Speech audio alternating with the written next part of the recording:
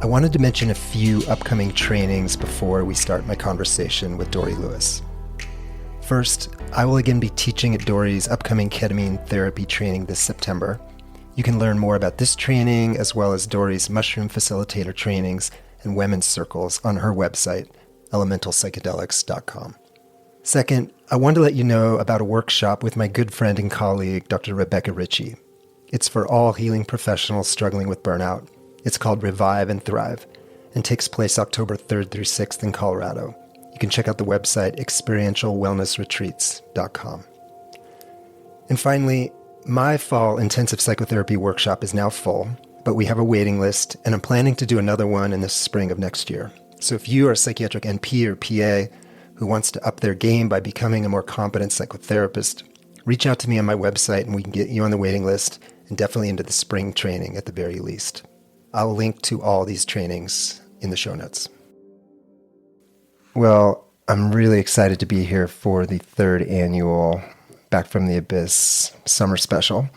The last two had a psychedelic theme, and as I was pondering what to do this year, I thought, let's stick with the theme. And I've been thinking about who did I most want to sit down and talk with.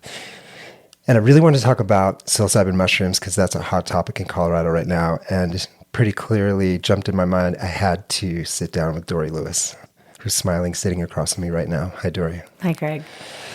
So, as listeners know, Dori and I have collaborated on a number of things. Dori is well known for teaching ketamine-assisted therapy in Colorado, and I've taught it at those retreats. Dori's one of my favorite people to refer to. She's a go-to person for all those sorts of things. Dori has a practice here in Colorado called Reflective Healing. She also, along with Shannon Hughes, runs Elemental Psychedelics, which does ketamine trainings, and very soon we'll be doing psilocybin facilitator trainings. She was a therapist in the MAP study, and I think most relevant to what we're talking about today, in the past, Dori worked extensively with psilocybin mushrooms, and so we're going to dive deeply into her experience and how we might bring that into 2024 and what we are looking at in Colorado right now. So thanks again for joining me. Thanks, Craig. I'm so happy to be here. Yeah. Why don't we start with this idea of, wow, we are at the frontier of something exciting right now. And I think people all over Colorado, all over America are just so interested in this idea of mushroom-assisted therapy. I think there's hopes and expectations and wishes, and I get so many people emailing me and texting me, and should I come to Colorado and do mushrooms? And what should I be doing? And is this going to help me? And is this going to fix my trauma? Or is it going to fix my depression? And I just feel like there is so much excitement, but I think there is probably some tempering that needs to be done. So I'm wondering, Dori, what do you think these folks most need to know? Again, whether these are people who are looking to do mushrooms psychospiritually and or to do them, psychiatrically, psychologically. Yeah, that's a great question. When I was doing this work, I found a lot of people they misunderstood, I think, what this work really entailed in terms of mental health and emotional healing. So a lot of people initially just their experience with the medicine was that they weren't having big visual experiences or really having these deep existential journeys where they were connecting with all that exists. That's very possible, and it certainly can happen. But in my experience, that wasn't what people were having happen in their first journey. And I think what was happening was that there was a lot of somatic experiences that people were having.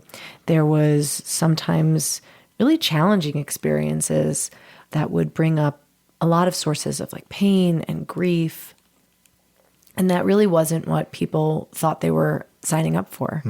I think they thought they were signing up for experiences where they were having their brains rewired, and that they were going to come out of the experience and no longer feel the depression or the sense of hopelessness that they had been hoping to alleviate when coming to do this work.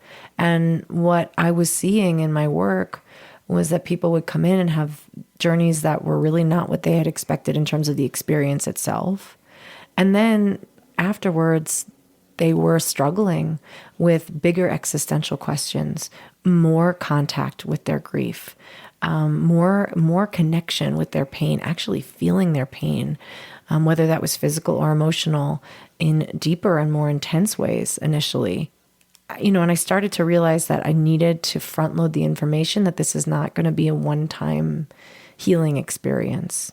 I was also trying to explain to people that what I understand about healing and about moving through pain is exactly that you move through your pain. You don't move away from your pain. You actually go into the thing that's causing the depression or the hopelessness or the grief. You go toward the ancestral wounds or the personal histories of trauma, and you go into those experiences and you get closer to them. And it's that work that actually does elicit long-term healing. But initially, your first journey or second journey or third journey might be getting closer and more in touch with those sources of pain. And the symptoms associated with those sources of pain will become more intense sometimes in the aftermath of those experiences. And I think that people's understanding of healing in our culture is healing is getting better and feeling better. And sometimes healing is going deeper and closer into our pain so that we can move through it. And rather than trying to develop a life and a world where we are not feeling our pain anymore, it's actually developing an ability to make more space in our lives for our grief and our pain and our suffering and that of our families. And so our container for our pain gets larger, which is what I think this medicine work really is good for, is expanding rather than taking away our pain and our symptoms. Mm-hmm.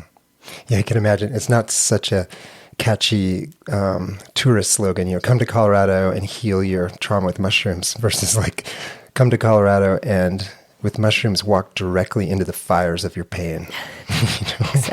Exactly. Prepare to cry, sob uncontrollably for hours with your Colorado approved therapist. That was definitely one of the things I saw the most when I was doing this work was people sobbing for hours on end, deep guttural, sobs. And I also want to name that it's not that those experiences of feeling better afterward are not possible, and that feeling connected to all things and all beings and having a larger sense of peace is not possible and accessible in this work. It certainly is. It's just not what I was seeing the majority of people experience when they were doing this with me. Mm-hmm. So it sounded like when you started your underground work, you didn't realize how much, and how could you have known, how much preparation work people were going to need around expectations, and that how could they not hope for this, one-time rewiring with this magical material, and that you were having to spend a lot more time talking about, hey, what's realistic, both in the experience itself, because I would imagine a lot of people like, oh, I want there to be beauty and joy and bliss and connection, versus like snot coming out of their nose and writhing on the ground and, sobbing and gasping. And I had a client who had said to me, I want the angels with the harps and the rainbows. And, when her experience was really that of connecting deeply with her grief and her trauma and her feelings of being thrown away. She was, her initial response was, oh, I'm kind of bummed I didn't get that. But after her, I think her fourth session, she came, she was doing really, really well. And this was over a long period of time. And she said something to me of like, I'm kind of glad I didn't get those harps and those angels, because this is really what I needed to do. And this is what I really needed to heal. Did you find that when you started giving people more, preparation work around expectation, that they could actually metabolize that, or did they actually need to go in? You're nodding. They actually needed to go into the mushroom experience and see for themselves that this wasn't going to be some, magical rewiring where they would kind of wake up and like, oh, the psychic surgeons have fixed my brain and now I'm well. Yeah, unfortunately, the front loading, while it did certainly, I think, help manage people's expectations to a point, it still didn't seem to permeate in the way that it was really. I think people wanted to be the exception, because I would say when I was prepping people, like, it's possible. Like, I'm not saying that's not going to happen. And so I think people were kind of holding out for hope that, well, maybe that will be me. Maybe I'll be that person. I will also say that certain books and media that has come out more recently, I'm noticing the narrative, the social narrative around mushrooms is getting a lot more difficult to challenge when it comes to saying, hey, this might not change your mind. As the conversation spreads and as I don't want to say misinformation, but the limited amount of information that's coming out about this, that's very rosy. It's harder and harder to try to talk to people about what the reality of this actually looks like. In my work now, I'm more like preparing and integrating people for their work with medicine. And I'm noticing it's very hard to front load this information because the social narrative has gotten a lot stronger than it was when I was doing this work a long time ago.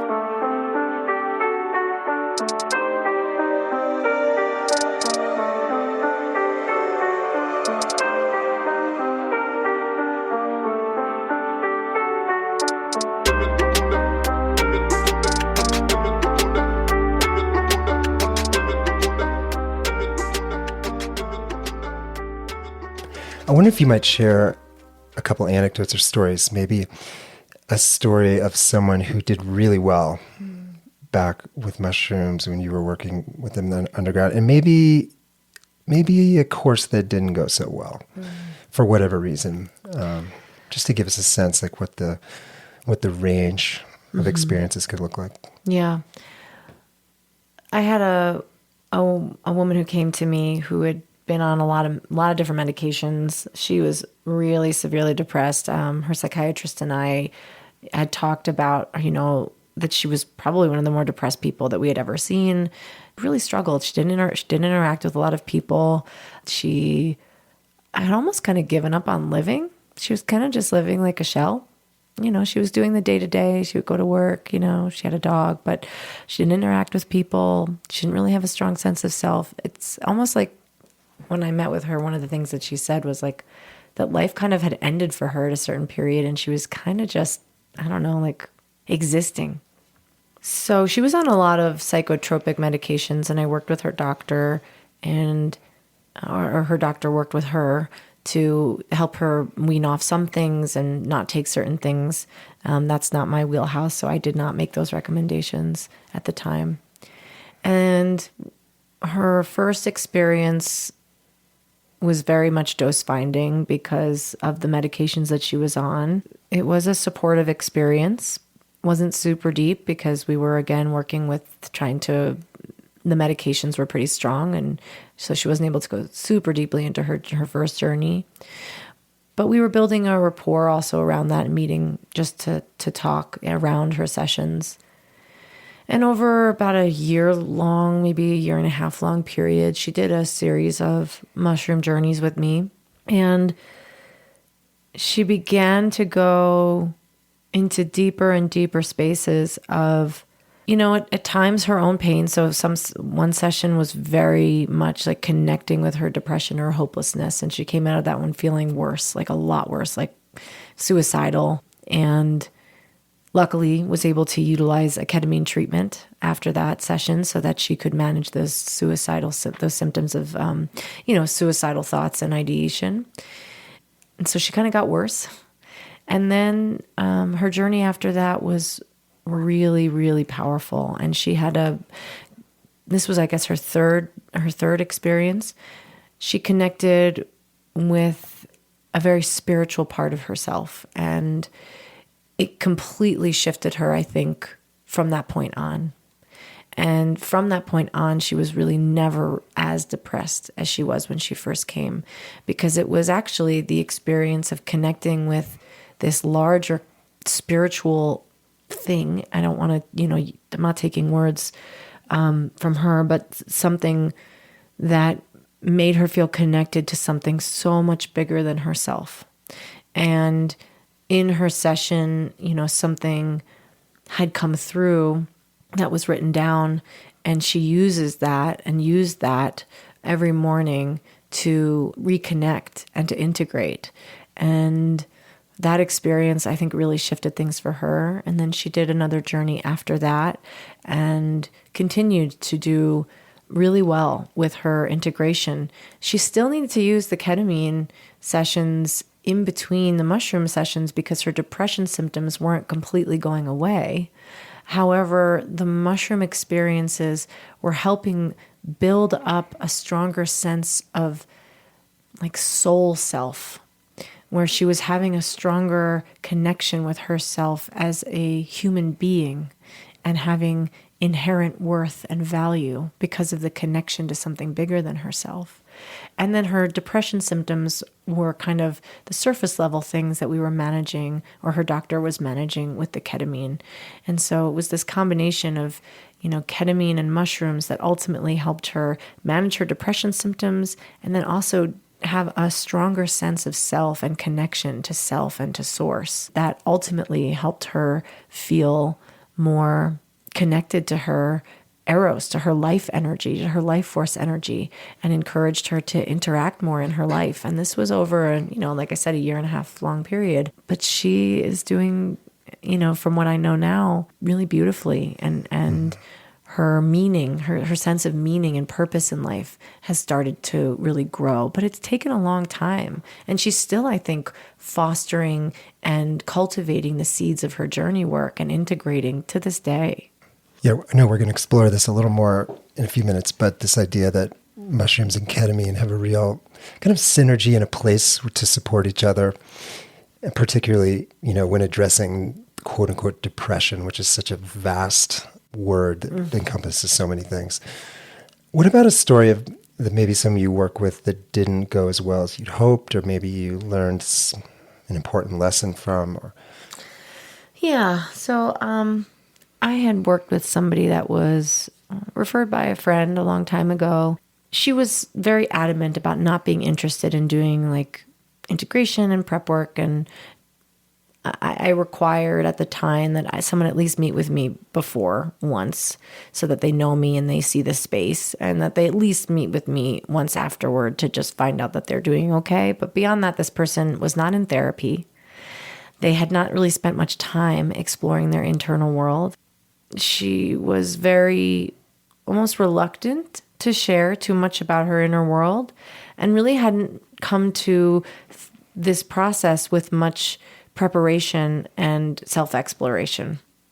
She was in active addiction that was, I wouldn't say, it was not threatening. She was high functioning.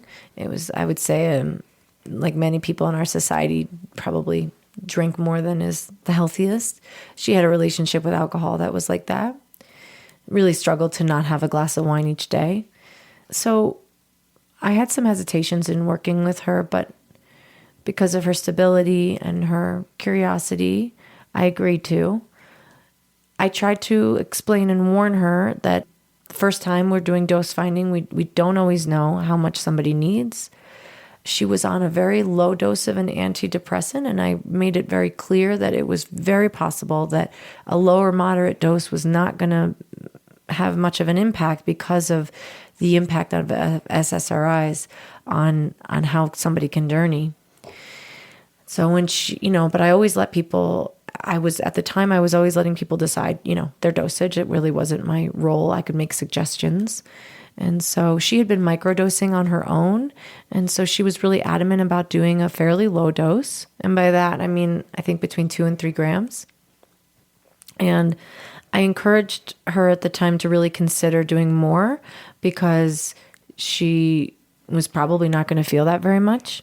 But she was very adamant, and she was very adamant that this was going to really change her mind. This was going to change her neurologically. It was going to shift things, and that all she had to do was one session. And I really did my best at the time to try to urge her to reconsider that position. But it didn't seem that she was really very mentally flexible in that sense.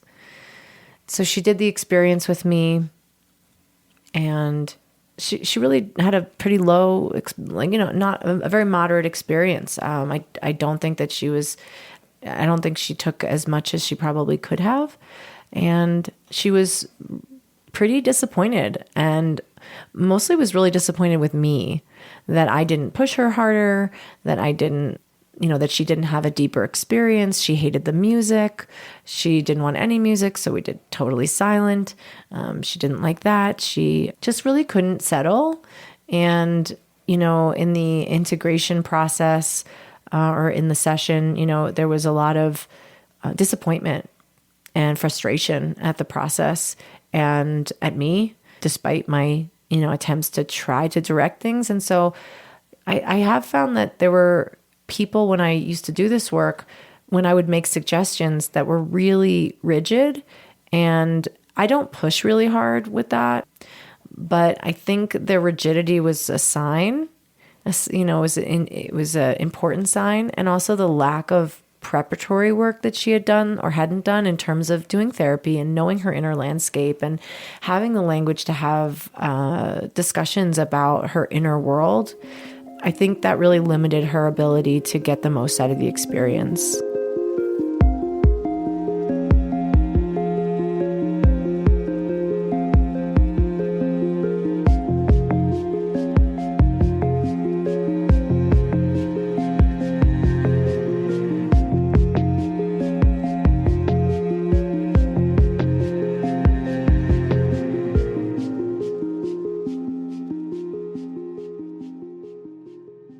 A lot of patients are coming to me asking me, should I use mushrooms to treat my depression? Can I get off my meds? Maybe I don't need to do ketamine anymore. I could just do mushrooms instead. Should I microdose? Should I macrodose? What do I do? So I want to get your opinion on that. Can mushrooms treat my depression? And then I definitely have a lot to say about that too. But I thought it might be interesting for us to chat just a little around on this topic. Yeah, I don't think mushrooms alone can treat depression. I mean, maybe they can. It depends. Everyone is so different. That's the thing. Like, people's brains and bodies are so unique. So certainly microdosing isn't going to do much harm unless obviously somebody's like, I want to get off my antidepressants and just microdose. That could do harm. But in my experience, I haven't seen mushrooms in and of themselves be the sole treatment for depression, whatever we're talking about when we say that word. I think using mushrooms in conjunction with ketamine and talk therapy and other, I think group therapy is amazing as well. And lifestyle changes and all those things, I think that could be, life-changing. Absolutely. Mm-hmm. But using just mushrooms themselves, I'm a bigger fan of using ketamine for the treatment of depression mostly. And then, adding mushrooms as part of that protocol or in conjunction with a ketamine treatment, I think is probably a better route. Yeah, that's my sense too, that, I think of depression as like a rainbow with all these different kinds of symptoms and features, and people have different spectra. So you could have, some people have more energy problems or libido problems or demoralization or numbing or existential despair, sleep. Mm-hmm. And it seems like, when someone's in my office with a lot of vegetative symptoms of depression, like they are anergic, avolitional, slowed, hopeless, you look at them from 50 yards away, you're depressed. These are the kind of people that respond really well to ketamine. And even though a lot of my patients will describe doing at-home psilocybin stuff or with underground people to quote-unquote treat their depression, when they look like that, when they look very depressed, like the kind of depressed, again, that you can see from a long ways away, or the kind of depression that ends you up in the hospital, I don't see or hear people making meaningful progress. Those seem more like ketamine people. But what I hear my depressed patients saying is that the lack of connection, the lack of any kind of energetic spiritual connection, the deep sort of despair over like, I am utterly alone in the world and there's nothing here for me, that there's something about psilocybin that can just light up people's ability to see that they're part of something much, much bigger, and it's not all about them, and that they are just a small, small little churn in something that's vastly bigger, and that's actually comforting. Yes. That it's like we're these little pieces of all of everything, and that's actually a relief. Like, it's not all about us. Yeah. And that there's something about the psilocybin experience that can help people, like, you know what, it's okay. Yeah. Like, you're just part of a much bigger churn. I think about treating depression with mushrooms and ketamine. Like, ketamine helps with the symptoms. It's like kind of at the top. So it's like the gunk at the top that's floated to the top, all the symptoms. And then mushrooms works from below, helping with those roots of lack of connection and lack of meaning and purpose and inherent value, right? And so if we treat somebody from the bottom and the top, so we help with those symptoms and we then help with kind of the root system underneath with mushrooms, then I think eventually we help people reach that place where they're feeling more open to engage in the world from a place of feeling an inherent sense of value and community connection. Mm-hmm. But I think that if we work with both, right, that's really how we can help people. So I think that's what you just described too. But I kind of have this visual of it. I love that image. Yeah. It's almost like the person who has sitting in your office, like, I just can't find any reason, or I just don't see any purpose, or just all of it just feels so meaningless and I feel so alone. That sound like calls out more to something like psilocybin for me versus the person like, I can't get out of bed. Mm-hmm. I can't brush my teeth. I can't take care of my kids. Right. My dog, haven't walked my dog in a month because I just can't even function. Like, those are ketamine people. I will also say that I've worked with people who do mushrooms, and it actually brings them into this connection of nothing is real. Sometimes it brings us closer to these existential questions and forces us to peel back even more layers of like, yes, there's this some people experience this interconnectedness to all things, but then some people experience a derealization, like this whole experience is a dream. Mm-hmm. And I'm now feeling less connected to my ability to engage in the world. And that can happen. It's not as likely, but I have seen that happen. Mm-hmm. And ultimately, if well integrated, that can be a really meaningful experience that does help people come into deeper relationship with the physical and somatic world. But I will name that, that can happen. Mm-hmm.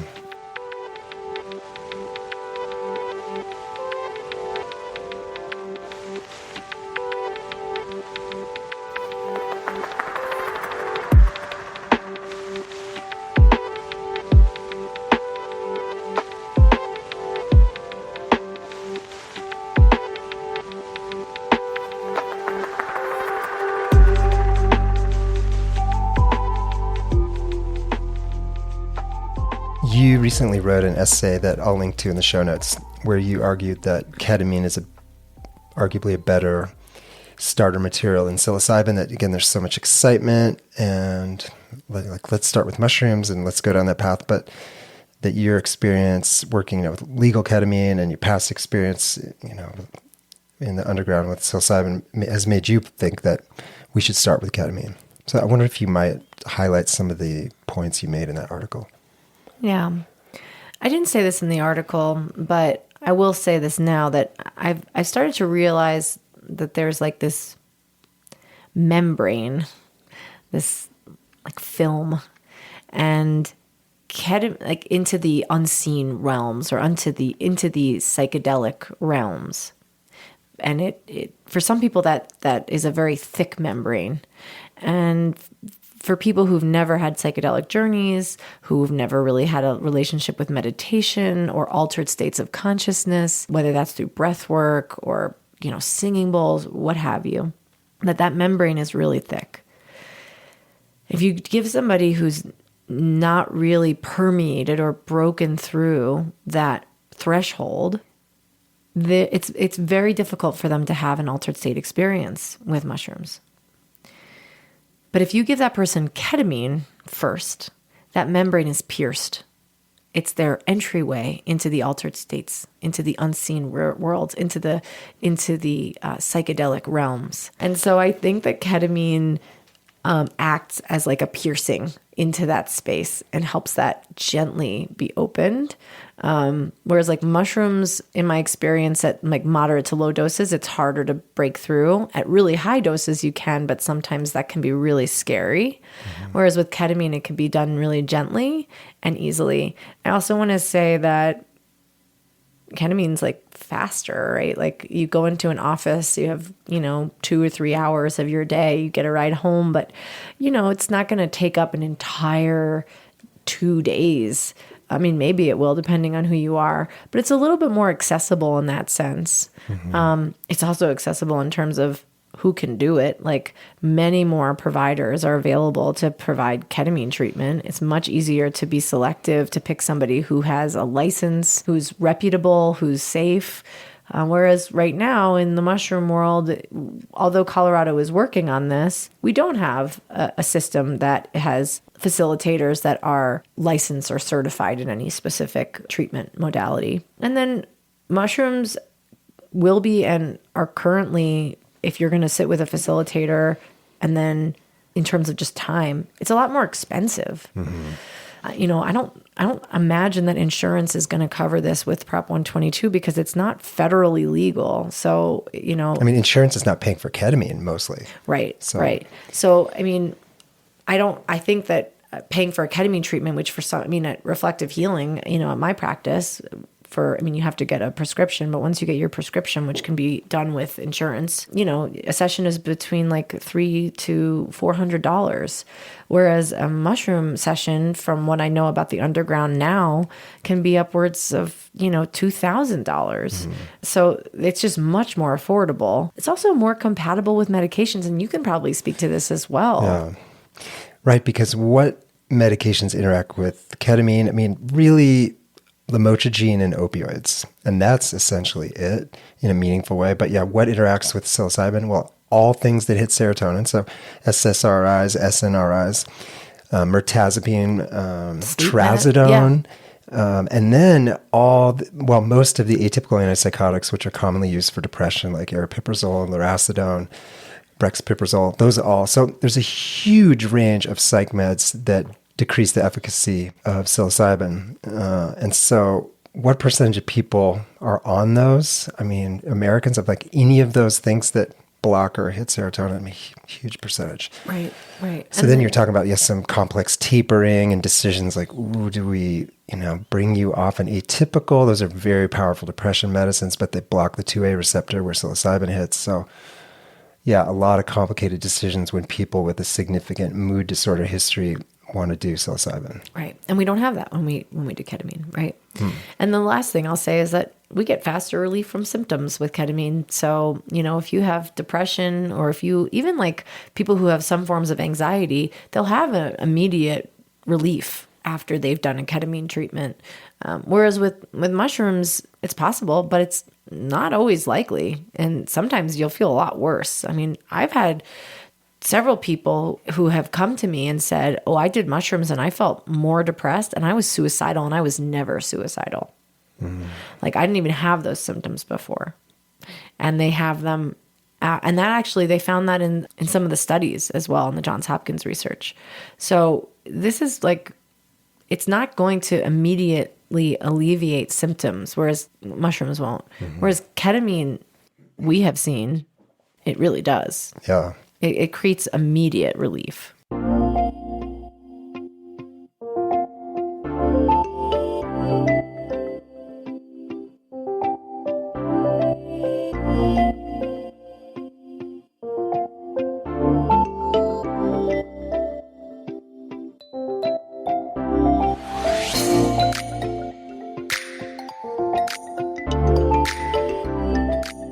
What do you think, Dori, is kind of the sweet spot for, the kind of problems, diagnoses, presenting issues for people who are, interested in psilocybin work?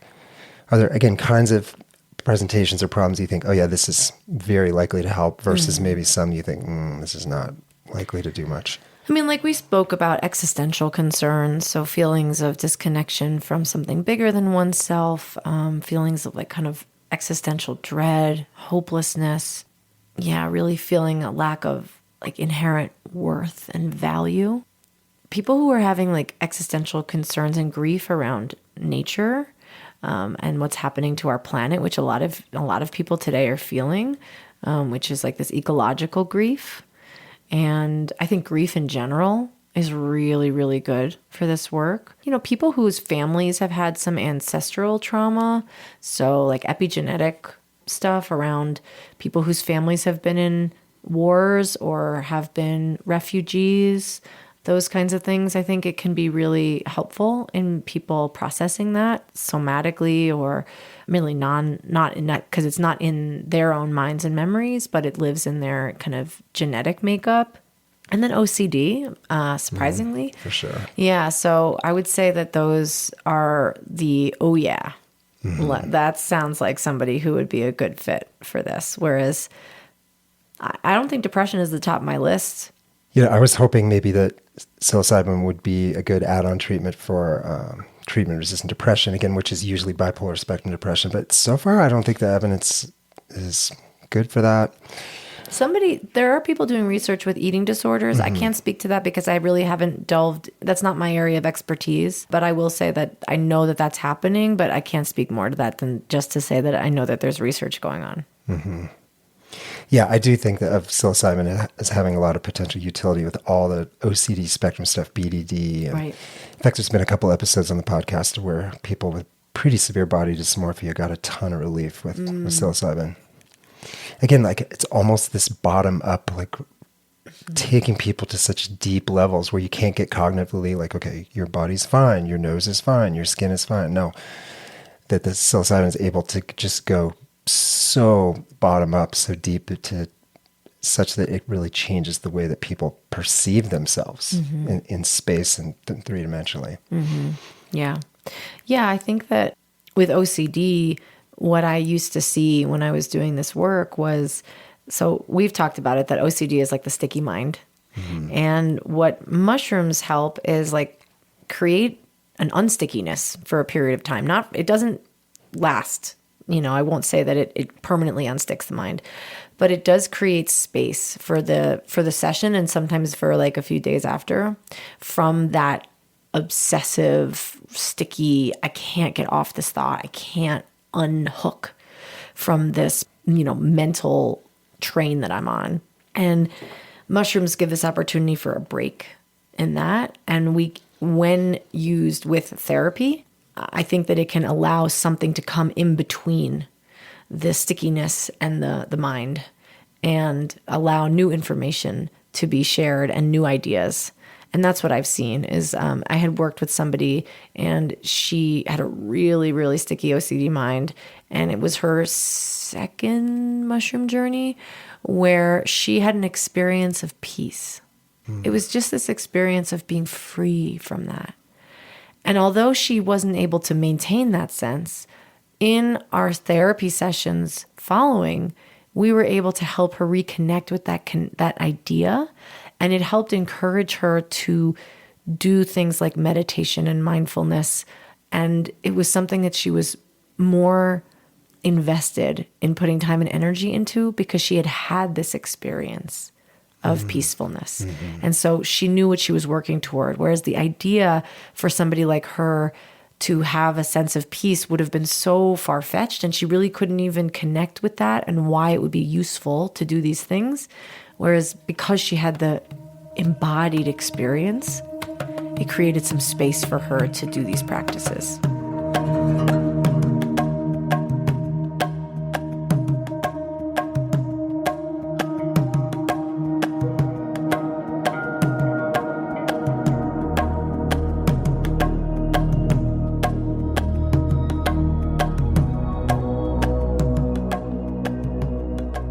I wonder, Dori, what have been some of your biggest, back in the day when you were doing your underground work, what were some of your biggest surprises and lessons? And I'm going to say working with mushrooms, because I know you prefer to say that than psilocybin. Thanks. So maybe you could also speak to that, why you prefer to talk about mushrooms instead of psilocybin. And what maybe what are your big takeaways that might be helpful for listeners to hear now? Yeah. Well, I'll start with why I use the word mushroom and not psilocybin. So they are psilocybin mushrooms. So I'm also comfortable saying psilocybin mushrooms, but it's just a longer word or a longer, title. I don't like to say psilocybin because psilocybin is the active component of what's making people journey in the mushrooms and why they are psychedelic is the psilocybin, although there's other types of psychedelic mushrooms that are not psilocybin.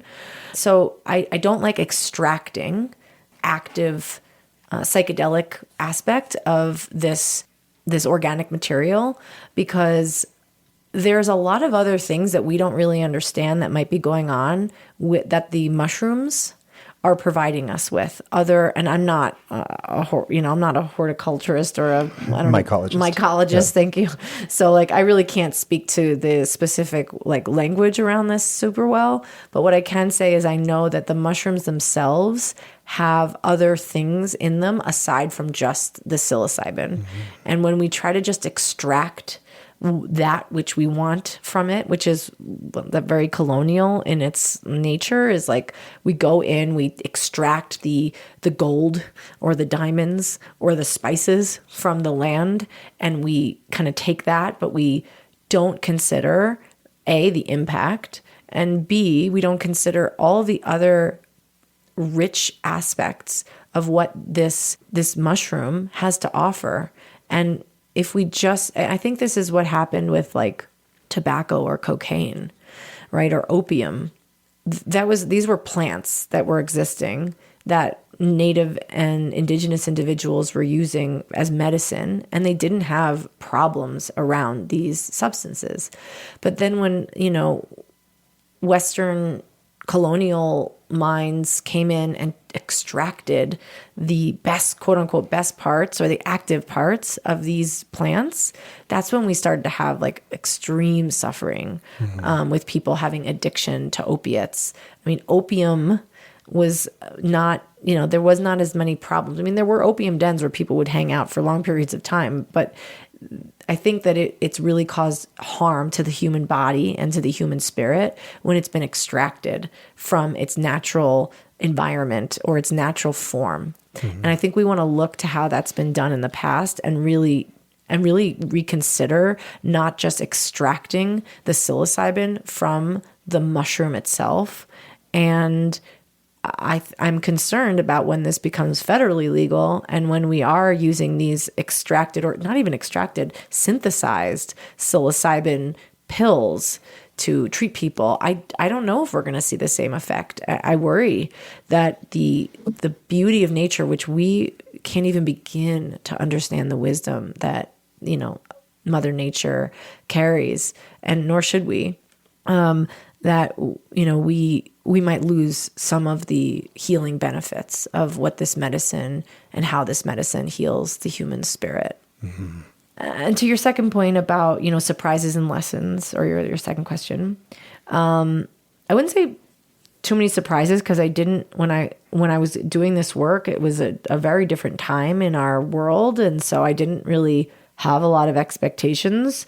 But what the lessons I found is that definitely front loading and managing people's expectations, really highlighting the potential for quote unquote non-experience. I don't believe that there's no experience, but subtle experiences where people take mushrooms and very little happens, or it's very somatic, or their experience is really not really what they expected, or they're really not feeling altered. I really try to front load and manage the expectations around that. I have been, really learning to teach people about the negative impact emotionally afterward, how depression can get worse, how feelings of existential dread can increase, how feelings of meaninglessness can increase, and also just the disappointment around this not doing the neurological changes that they thought it was going to do. So I think if anything, my lessons have been to just until I'm blue in the face to just really let people know about this. And I would say lastly, to really not personally be attached to the outcomes for people and not have like any expectations or hopes for how this is going to look, that each person's experience with this medicine is uniquely different. And I am not attached to what healing looks like for somebody. And that's been really helpful and a lesson for me, or even really attached to somebody having an experience at all. Mm-hmm. I mean, that's probably just good wisdom for therapists in general, is to not get too attached to the outcome, because we just,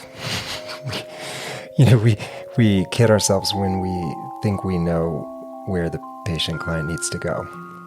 We often don't know. No, we don't at all. Mm-hmm. And with this work, I think I don't even know what I never knew what somebody's experience was going to look like.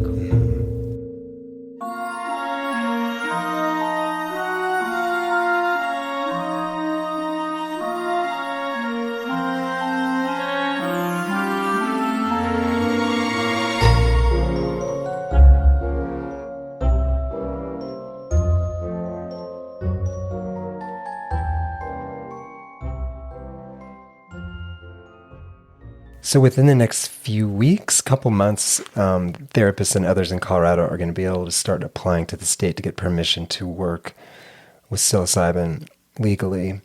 So what's going to be happening in the next months and years is that Colorado residents and people coming to Colorado will face a couple of decisions. One is how, if they want to work with somebody, I mean, obviously they could just do psilocybin on their own, but if they want to do mushrooms with a therapist, facilitator, guide, how did they choose that person? And then kind of an adjunct question to that is, what do you think about one-on-one work versus group work? So people, how do I think about who I might want to work with? And then is that a one-on-one thing or is that a group thing? Yeah. And even before I answer those questions, I want to, if somebody is trying to heal like trauma or really deep, they're really struggling with mental health issues and they want to do a higher dose, I do recommend that they do that with support. I do think that people should have the autonomy to explore and experiment with mushrooms and psychedelics in general on their own. And I do think that there are times where we really need somebody to hold the container so that we can go deeper and wider in our healing. So I'll name that. I think there's a limit to how deep we can go when we're alone. Mm-hmm. And I could say this from my own personal experience with this work. Yeah, to have somebody else there so you can fall apart. Exactly. So you can truly fall apart in a way that if you're alone, there's just that survival part of you won't let you fall apart. Exactly. Yeah. And if you've taken a high dose and there's a really strong sense of needing to fall apart, sometimes we can dissociate. Mm-hmm. And I've seen that happen. And that's happened to me. Okay. So your question about choosing who they work with. When people come here and as this becomes more available and as the licensed facilitator thing happens. Well, first of all, I mean, the trainings themselves, hopefully, will be fairly good. I really do think that having a referral is the best, and I think that's the best for everything. I like to even who's going to work on my car. I want someone to give me a name. I don't want to just Google search. Now, that's a privilege that some people have, being connected and being in community with people. But ideally, having a referral source is really great. It's not, foolproof, but it's pretty great.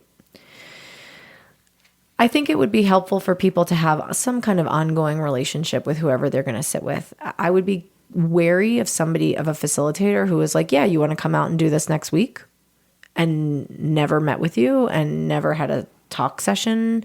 It doesn't have to be counseling, but even just like a connection session. You haven't seen them face to face. You haven't been in their space. Like that, I think is really important. Even if you're flying out here, I think that person should be preparing you to have preparatory sessions. So I would be wary of people who are just ready to do mushrooms with you right off the bat. I would say, having a trusting relationship. If you're going to, like you just said, falling apart. If you have a history of trauma or if you have any hypervigilance or anxiety, it's going to be really difficult to fall apart in front of somebody that you don't trust. And you're going to get much more out of your experience if you can fully let go into the journey.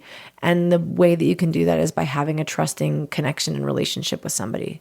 So somebody who's, I think, looking for a provider who's willing to take the time, who's not in a rush, because a lot of people are coming because they're in a rush. Like, I need to do this right now. I need to heal right now. And it's like, if your facilitator knows anything about mushrooms, they know that this is not a quick fix. So they're not going to try to rush this along. So I'd be concerned and weary of people who are trying to do this really fast. And I'd be encouraged by somebody who is interested in getting to know you and building a relationship with you and building trust. Somebody, I think a sitter or facilitator should have some mental health training. And I don't actually mean a therapist. I mean just some kind of mental health training, whether that's coming to the facilitator training that's going to be in Colorado, having some history of, trauma coaching training, or having attended an IFS training, or something that prepares them to work with the human psyche with more than just a high school diploma would be really helpful. I think that whoever's facilitating, you might want to ask them about their own personal relationship with the medicine. How long have they been working with it? Have they had mentorship? Have they had other facilitators who have taught them? What kind of teaching have they had? Even if it's not the traditional facilitator training, which is also okay that people don't have. There's many people who hold lineage that are amazing facilitators, because they've been trained and mentored and held by cultural practices or family members. And so somebody who can speak to their own experience with the medicine and their experience with like mentorship or apprenticeship, something to that effect. I definitely think that the journeyer should be informed about things like touch and consent, and they should receive some psychoeducation around the dose range, so that you, the journeyer, can make an informed decision. If you have a facilitator that is really speaking from a vertical kind of relationship where they're in the position of hierarchy, they're telling you what dose to take, they're telling you what you have to do, rather than teaching you and informing you about what the dose ranges look like, how they can elicit certain feelings in a sense, and that you can then make the decision. Or you can say, hey, I really don't know. What do you recommend? That's fine. But I think you want to look for a facilitator who's interested in collaborating with you as the journeyer, rather than talking down to you, or trying to lead as in this kind of sense of hierarchy.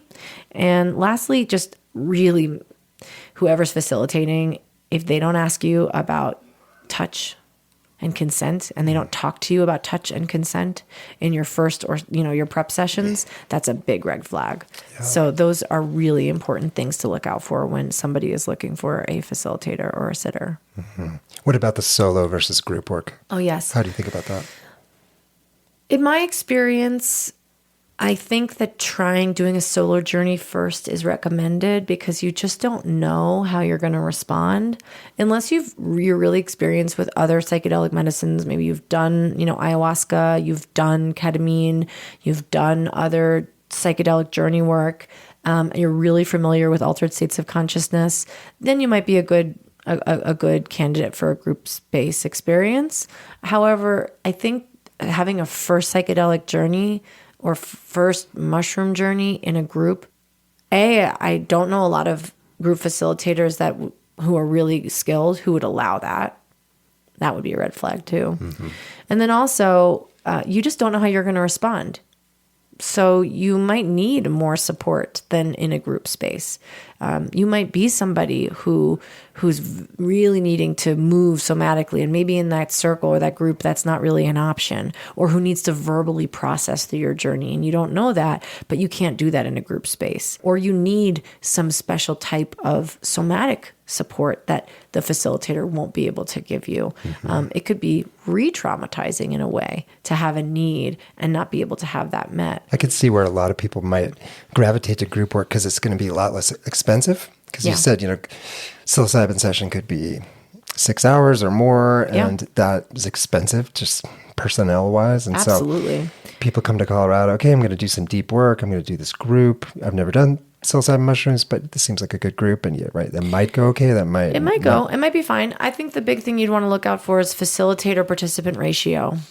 So if there's 20 people journeying and 2 facilitators, run the other way. But, if you've got 6 people journeying and 2 or 3 facilitators, that's a better ratio, but that's not going to be as cheap, as a 20-person journey with 2 or 3 facilitators. But ratio-wise, you're not going to get a lot of support. And if you need it, you might end up feeling like really in need.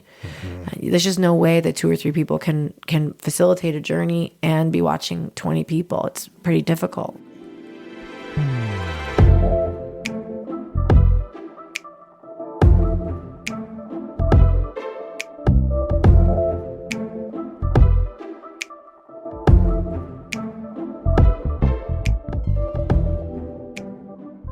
As we wrap up here, I wonder, Dori, if you might share with everyone about your upcoming mushroom facilitator workshops and what those are going to look like and how people can learn more about those. Yeah. So Shannon Hughes and I, we started Elemental Psychedelics. And our goal was to develop training for psychedelic therapy that was small. And I think different in that we are highly experiential. So we start our ketamine trainings with an experience, whereas I think most trainings, that's like the end thing. We believe that people's experiences in altered states is one of the greatest teachers for their journey work as facilitators. And so our trainings are highly experiential.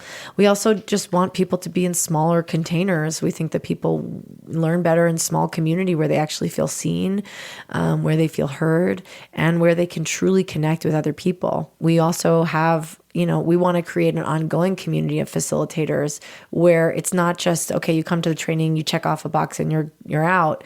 We have ongoing offerings. We have an ecstatic dance coming up for people who've graduated from our programs. We hope to have song circles in the future. We have ongoing mentorship circles. We have consultation groups. So we're really trying to create an ongoing sense of community so that facilitators are not feeling like they're operating in silos and that they're totally by themselves and they don't have kind of ongoing support.